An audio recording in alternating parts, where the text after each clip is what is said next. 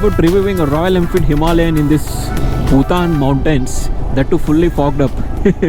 I wanted to make this short review of Royal Enfield Himalayan, riding this motorcycle for the past 4 to 5 days. Let me talk about some of the things that I really like about Royal Enfield Himalayan. The weight distribution of the motorcycle is absolutely good, so you get a lot of confidence. It's very nimble motorcycle, so you can easily turn and you can easily bend on this motorcycle in the corners when you have the center of gravity towards the center, right? Center of the bike, which is not the case with front heavy motorcycles like Bajaj Dominar 400.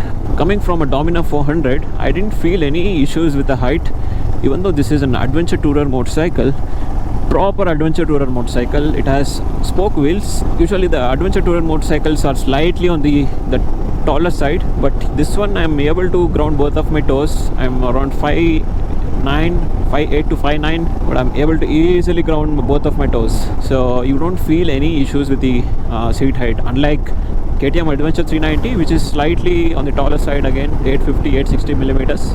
The confidence and the agility of this motorcycle is exceptional. As soon as I sat on this motorcycle, I think it takes for any new motorcycle, if you start riding the new motorcycle, I think it requires a bit of time for you to get adjusted to the motorcycle. But this one, as soon as I crossed my legs onto this motorcycle and started riding it, I really felt like, this is a motorcycle I'm used to riding. That's the kind of confidence that you get. So the agility is absolutely good. You can take it in different kind of roads without any hassle. And coming to the suspension, the back suspension is not slightly on the harder side, whereas the front suspension is on the smoother side. So I think the suspension wise, it is okay. Not that great as something like Kawasaki, decent enough for your requirement. And I also made about a short review of Royal Enfield Himalayan. Should you buy a Royal Enfield Himalayan as your first motorcycle? I think I'll share the I button here. Go and check it out, or maybe drop the link in the description. And talking about the handlebar, it's very upright.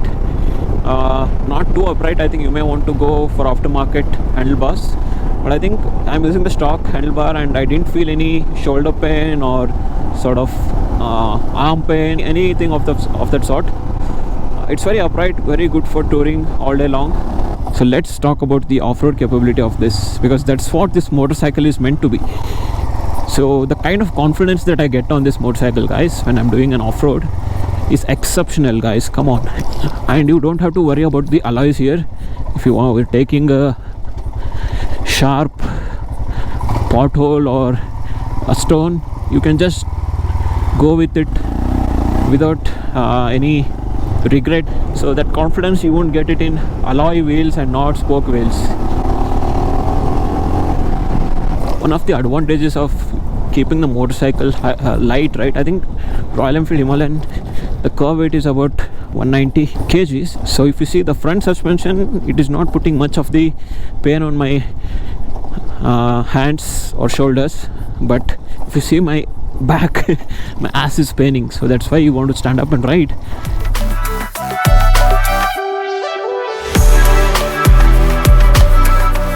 So we are in a different conditions right now. Foggy weather.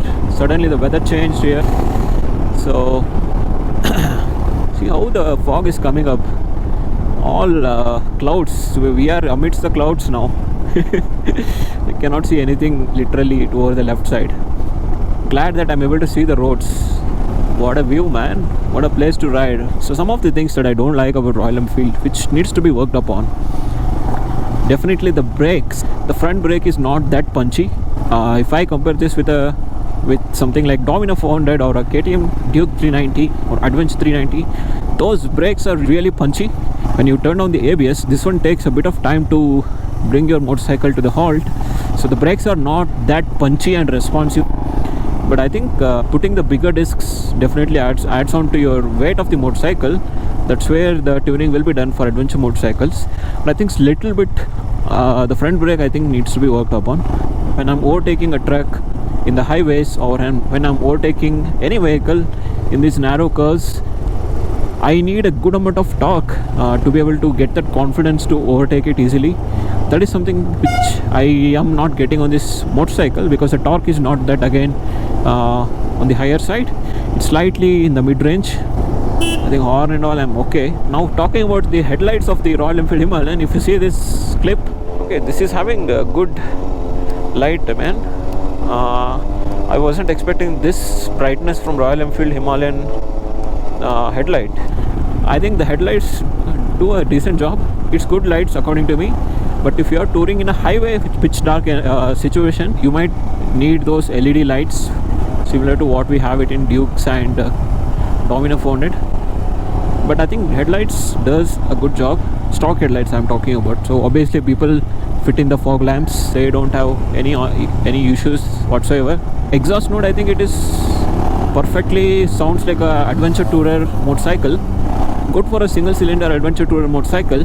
And talking about the seat comfort, it is on the softer side, so you feel really confident and you don't feel pain in your ass when you're riding about 500 to 600 kilometers a day, which I really hate on my Domino 400, which is slightly on the harder side. So I think the seat comfort is very good. The seat cushioning and the width of the seat is really good for the rider, and I'm really confident on bending the motorcycle. If you see these clips, the confidence that I have in the corners is exceptional on this motorcycle, and I really am in love with the dash, Royal Enfield dash. So retro looking, I don't feel boring at all by seeing the dash. One of the beautiful looking dashboards out there in the market. I think especially during the night time it is glowing and it has good amount of information that you need. Good mixture of digital and analog consoles. So if you are looking for a first motorcycle, or if you want to have you have some other bike, and if you are looking for a new motorcycle and find your first motorcycle and you want to get started with biking, touring, adventure touring, off-roading, anything of that sort, this is the bike that I suggest. If I was back in 2017 and purchasing my first motorcycle, definitely I would have gone for Royal Enfield Himalayan, because it is a all-round motorcycle. I have already mentioned about this in my other video. You can check out the video, link in the description. But man, riding this on a mountain and experiencing Royal Enfield proper riding experience, which I got about for the last 5 to 6 days riding in the Bhutan mountains, mighty Bhutan mountains. It has been a wonderful experience with this motorcycle. Hope you guys enjoyed this short review of me. I usually want to experience a bike, take it outdoors, ride it for a day or two, and then actually make a review. But in cities, unfortunately, we don't get that. Hope you guys enjoyed this. Take care, bye bye, see you, stay safe, and give it a like if you like the video, and subscribe if you like the content. See you guys in the next one. Bye bye, take care.